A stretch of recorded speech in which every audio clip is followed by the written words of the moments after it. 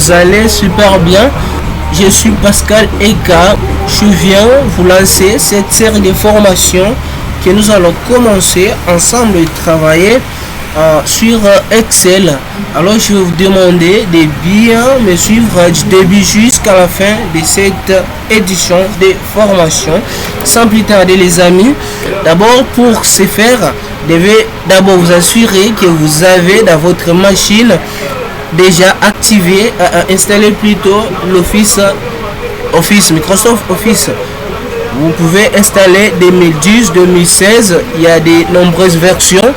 Avec mon cas ici, j'ai installé Excel.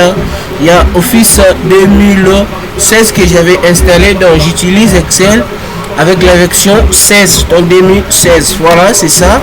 Je vais directement déjà lancer mon programme. Voilà, je lance. Pour lancer, vous savez déjà, vous êtes des informaticiens, faites juste un double clic sur l'icône. Voilà, après vous allez vous constater qu'il y a des fichiers ici. Donc ce sont des travaux que j'avais déjà effectués. Donc ce sont des fichiers récents dont j'avais déjà travaillé. Alors chez vous, si c'est la première toutefois que vous ouvrez l'Excel, vous n'allez pas voir tout ça. Vous n'allez pas voir tous les fichiers ici. Alors pour mon cas, je le vis parce que j'avais déjà travaillé au début. Alors ici, pour commencer de travailler dans l'Excel, donc il y a des documents. Ça, ce sont des exemples, les exemples que nous propose le logiciel.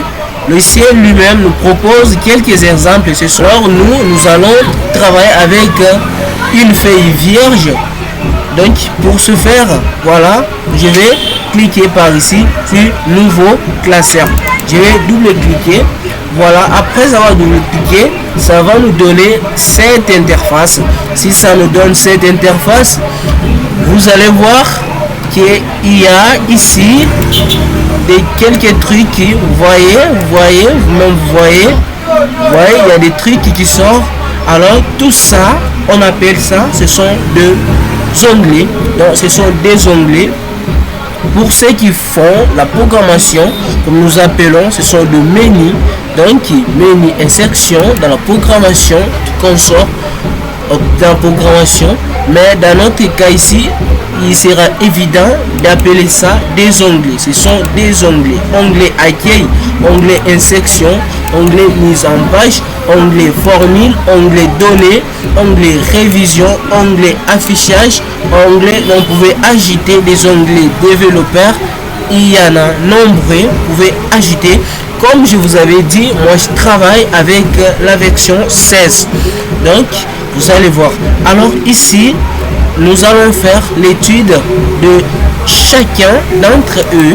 Donc, je commence d'abord par l'onglet accueil. Dans l'onglet accueil, vous voyez, il y a plusieurs icônes, il y a plusieurs dessins que vous voyez ici. Il y a des choses, des trucs du début jusqu'à la fin. Alors, je vais vous dire ce qui est important pour vous. J'espère que tout est important, mais d'abord, je vais vous dire l'essentiel, ce qui va nous permettre de travailler. Les autres, nous allons les comprendre en travaillant et je vais profiter de l'occasion vous expliquer un tout petit peu. Donc, je vais vous donner l'une après l'autre des explications.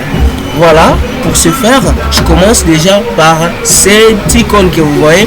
D'ailleurs, une fois cliquez, vous pointez juste le curseur, c'est bien même écrit. Voilà, c'est ce que j'ai dit. Donc ici, nous allons commencer d'abord par cette icône. Alors vous allez vous-même constater, une fois cliqué, pointez plutôt sur l'icône, vous allez voir, on va déjà vous aider de l'endroit auquel vous êtes vous-même. Voilà, ici, à titre d'exemple, c'est même bien écrit, voilà, couper. Donc c'est par la combinaison CTRL plus X, mais par l'icône, nous pouvons utiliser cette icône pour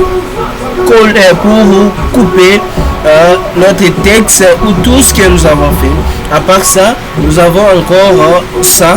Ça c'est quoi? Reproduire la mise en forme. Donc vous pouvez écrire, vous voulez reproduire la même mise en forme partout. Alors au lieu de faire beaucoup de travaux, vous allez tout simplement cliquer par ici.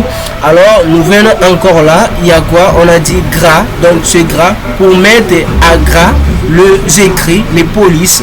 Ici à côté il y a italique pour mettre en italique le police. Ici il y a le soulignement, donc pour souligner. À côté, qu'est-ce qu'on a écrit? Bordure inférieure. Vous allez savoir l'un après l'autre, tout ça vous allez les savoir lorsque nous allons commencer les travailler. Taille des polices, là c'est pour choisir la taille des polices, et à côté c'est pour les polices, c'est nombreuses polices. Voilà, ça vous allez tous les comprendre du début jusqu'à la fin. Qu'est-ce qu'on a dit? Aligné en haut. Ici on nous dit quoi? Donc je vais vous laisser vous-même le devoir de commencer par choisir ou par tester vous-même, par faire l'étude de tout chacun de toute une chacune de parties. Donc pour moi je vous ai aidé avec un tout petit peu d'exemple qui peut vous aider à continuer de comprendre. Et on va sur menu insertion, nous avons tableau croisé dynamique, nous allons aussi les travailler. Il y a tableau croisé dynamique, il y a tableau pour insérer un tableau, il y a image pour insérer des images, tout comme ça, il y a des organigrammes, tout mise en page, vous allez le lire. Il y a marge, orientation, taille jusqu'à la fin. Il y a même des arrière-plans, là où ça nous aide de mettre les arrière-plans, les couleurs, les polices, les effets. Merci les amis, j'espère que vous avez au moins compris la petite des choses que nous avions essayé d'expliquer, et nous allons continuer de travailler à la deuxième vidéo. Donc à la prochaine vidéo, je vous demande d'être toujours concentré. Merci, c'était votre ami Eka Masinga Pascal. Nous allons nous revoir à la prochaine vidéo. À tout à l'heure, bye bye.